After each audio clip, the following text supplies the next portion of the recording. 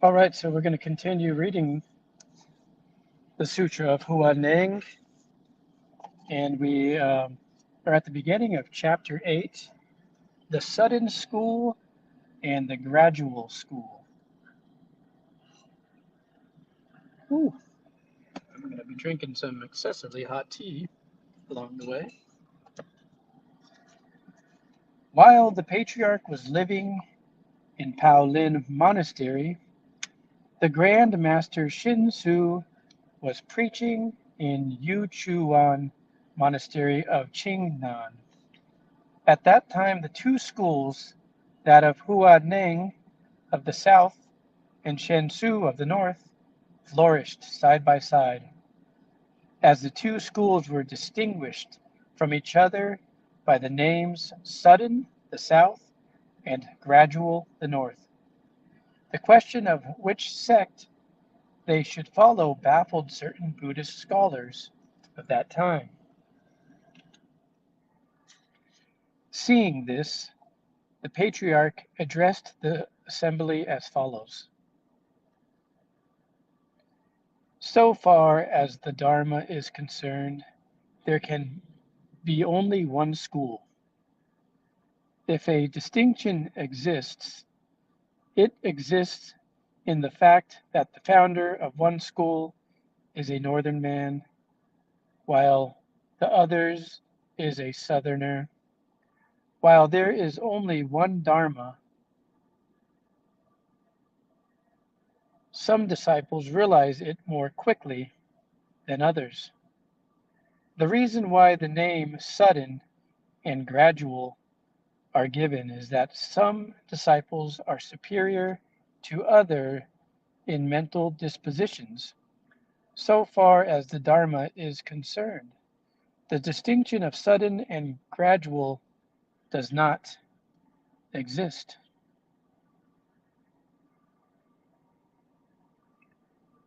Get a little background noise here.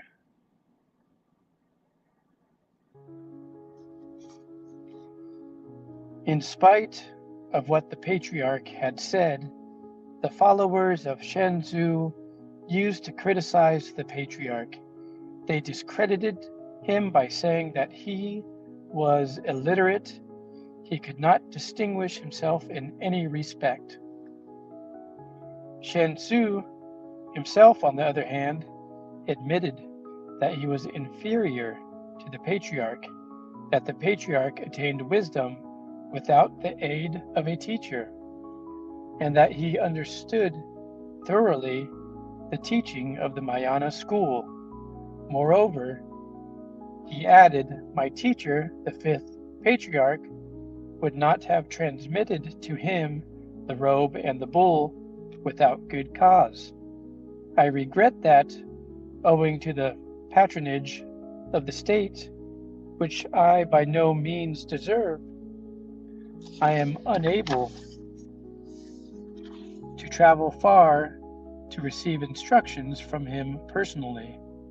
But you men should go to Cao Chi to consult him.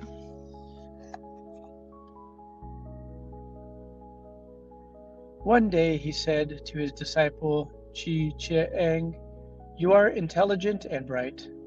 On my behalf, you may go to Cao Chi to attend the lectures there. Try your best to remember what you learned so that upon your return you may repeat it to me. Acting on his teacher's instructions, Chi Chiang went to Cao Chi without telling whence he came. He joined the crowd there to call on the patriarch.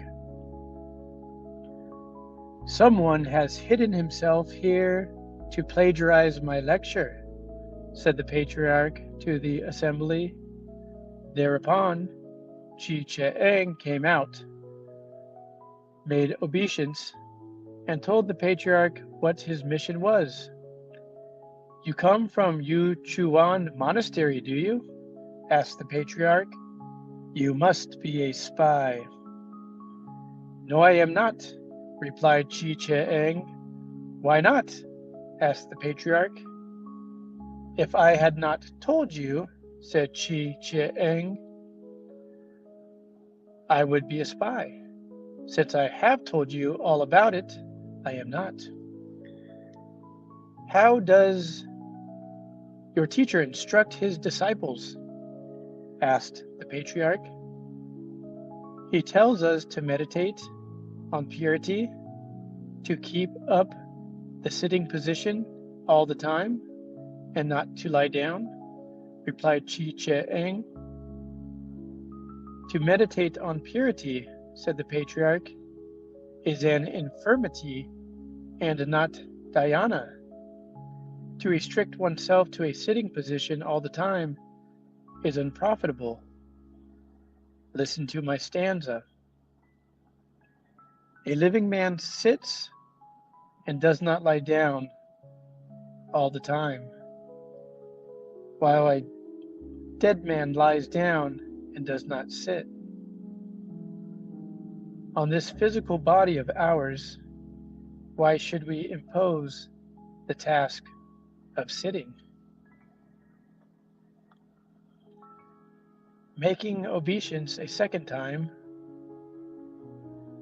Chi Chieng remarked, though I have studied Buddhism for 9 years under the Grand Master Shen Tzu, my mind has not yet been awakened for enlightenment. But as soon as you speak to me, my mind is enlightened. As the question of incessant rebirths is a momentous one, please take pity on me and give me further instruction. I understand, said the patriarch, that your teacher gives his disciples instructions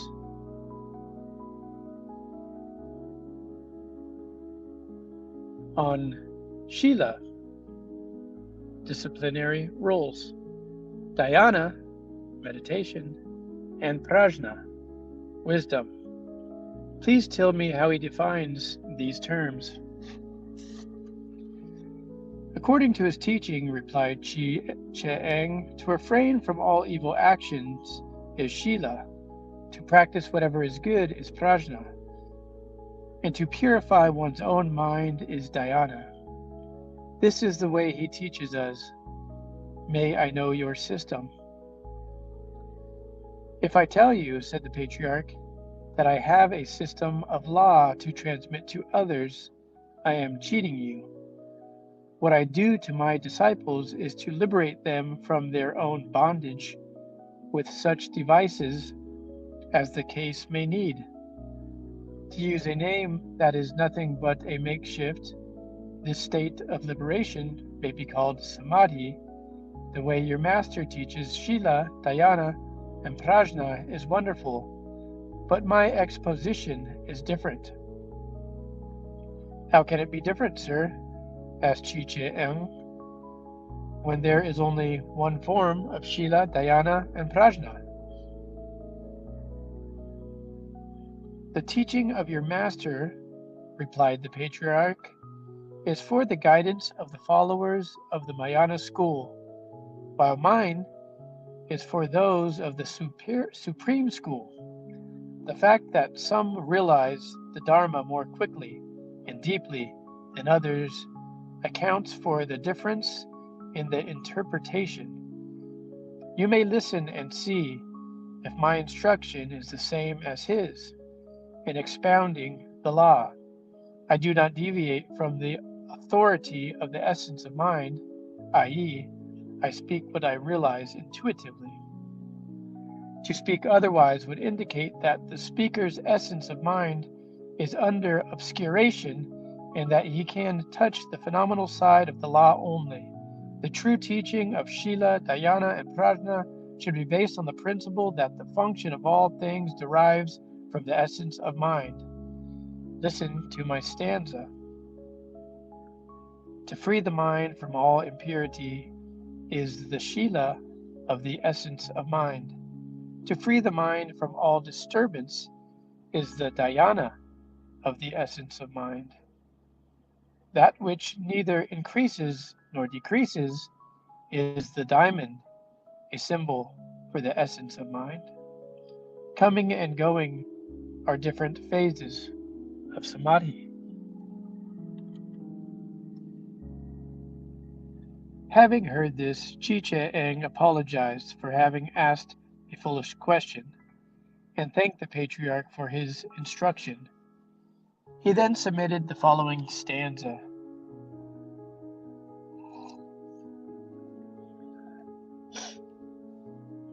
The self is nothing but a phantasm, created by the union of 5 skandhas. And a phantasm can have nothing to do with absolute reality.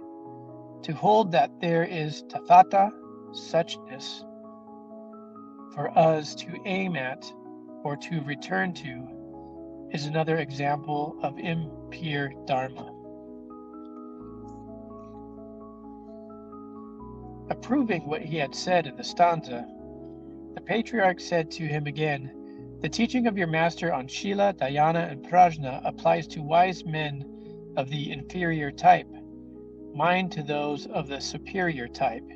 He who realizes the essence of mind may dispense with such doctrines as Bodhi, Nirvana, and knowledge of emancipation. Only those who do not possess a single system of law can formulate all systems of law, and only those who can understand the meaning of this paradox may use such terms. It makes no difference to those who have realized the essence of mind whether they formulate all systems of law or dispense with all of them. They are at liberty to come or to go, i.e., they may remain in or leave this world at their own free will. They are free from obstacles or impediments.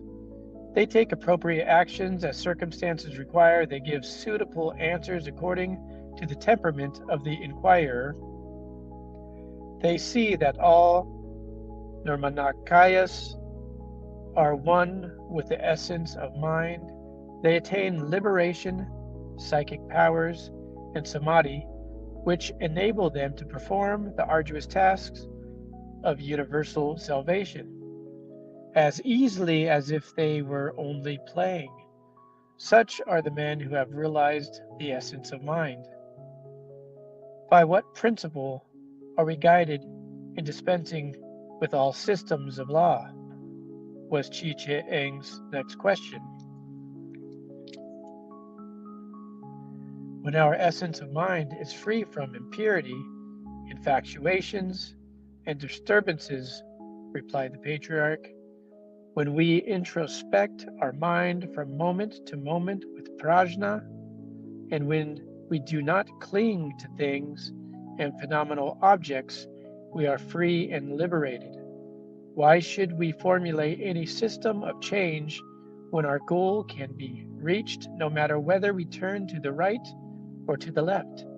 Since it is with our own efforts that we realize the essence of mind, and since the realization and the practice of the law are both done instantaneously and not gradually or stage by stage, the formulation of any system of law is unnecessary. As all dharmas are intrinsically nirvanic, how can there be graduation in them? Chi-Che-Eng made obeisance and volunteered to be an attendant of the patriarch. In that capacity, he served both day and night.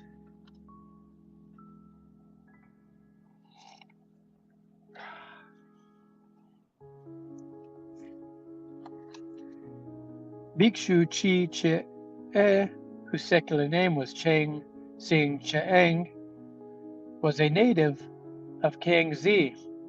As a young man, he was fond of chivalric exploits. Since the two Dhyana schools, Huaneng of the south and Shangsu of the north, flourished side by side, a strong sectarian feeling ran high on the parts of the disciples. In spite of the tolerant spirit shown by the two masters, as they called their own teacher Shen Su, the sixth patriot, on no better authority than their own, the followers of the northern school were jealous of the rightful owner of that title, whose claim, supported by the inherited robe, was too well known to be ignored.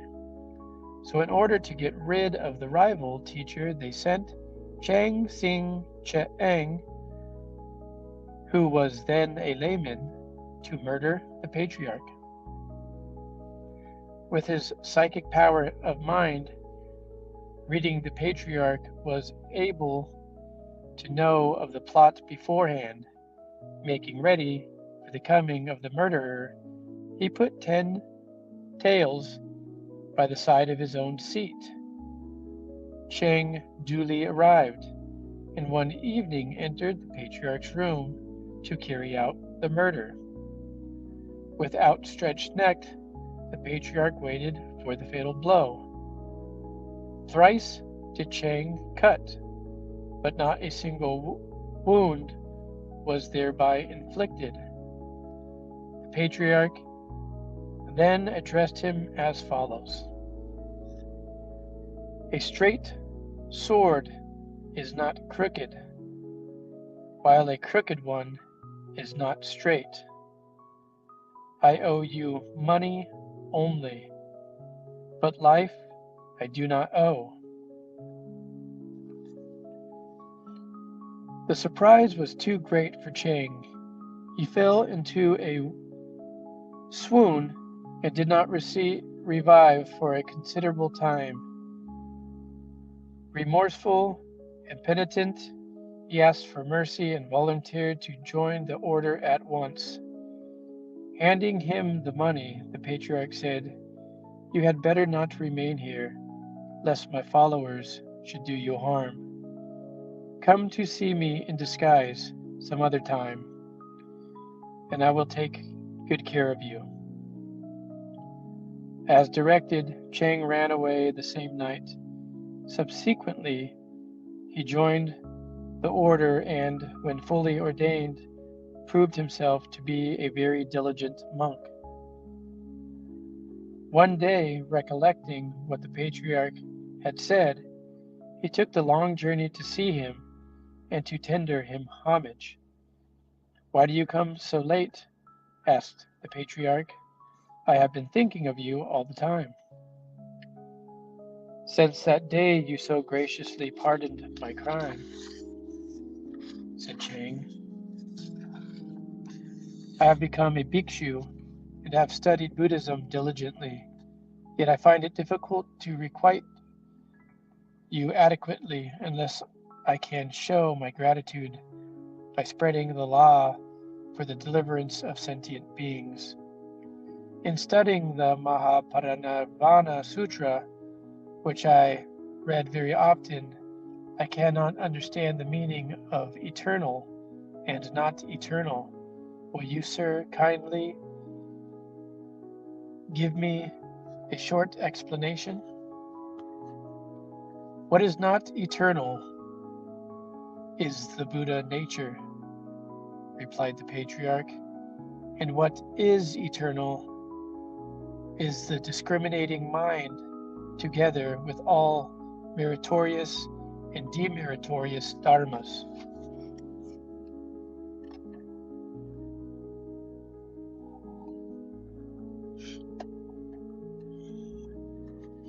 "Your explanation, sir, contradicts the sutra," said Cheng. "I dare not, since I inherit the heart seal of Lord Buddha," replied the patriarch.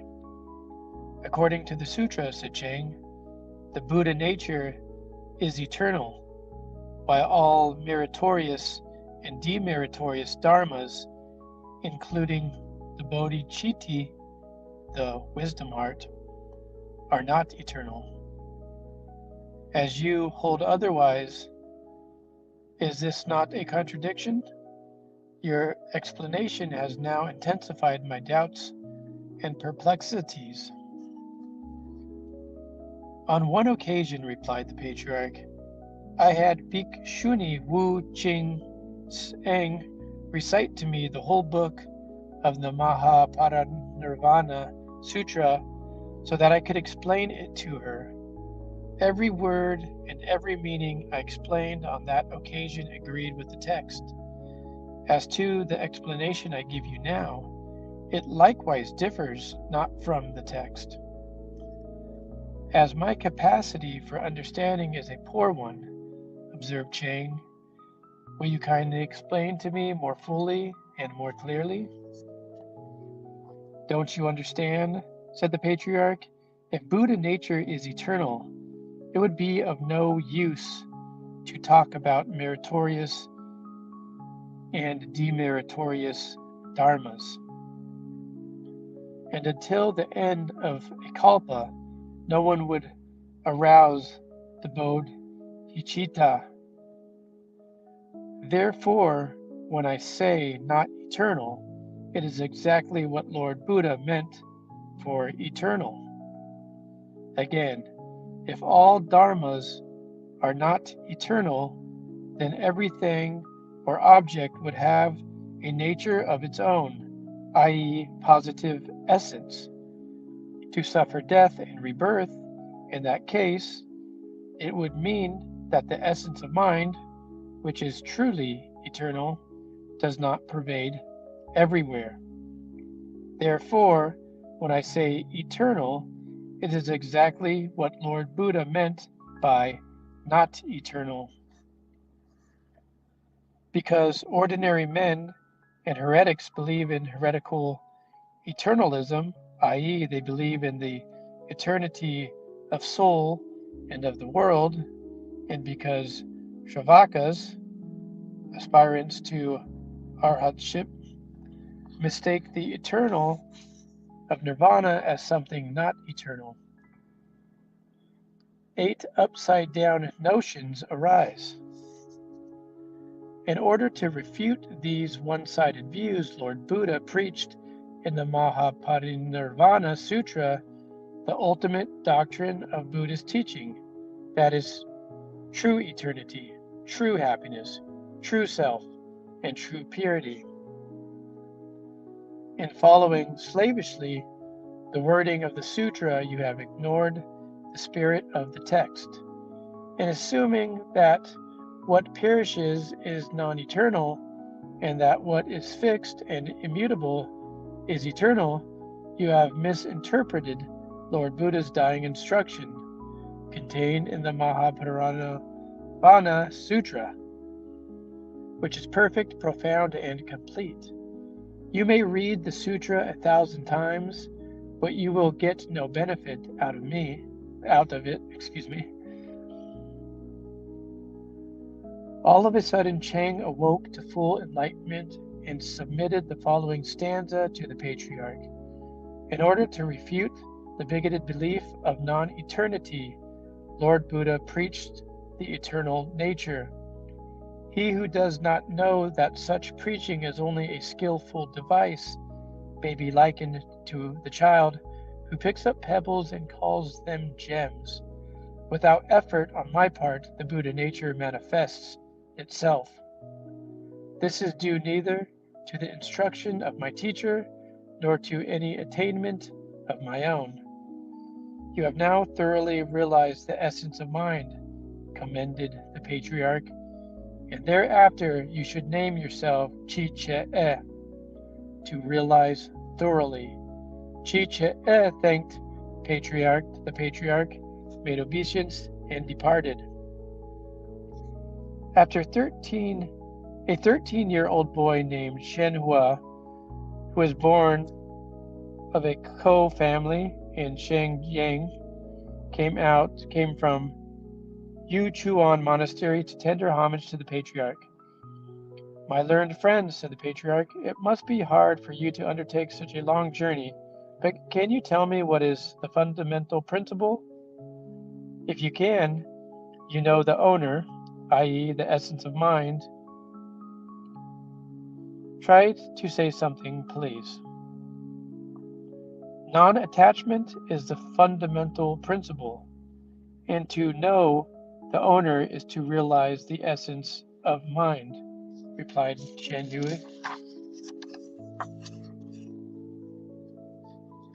Okay, I have 2 more pages left, but I gotta get back to you. So finish those up on a later date. Thanks a bunch. Have a great day. Bye.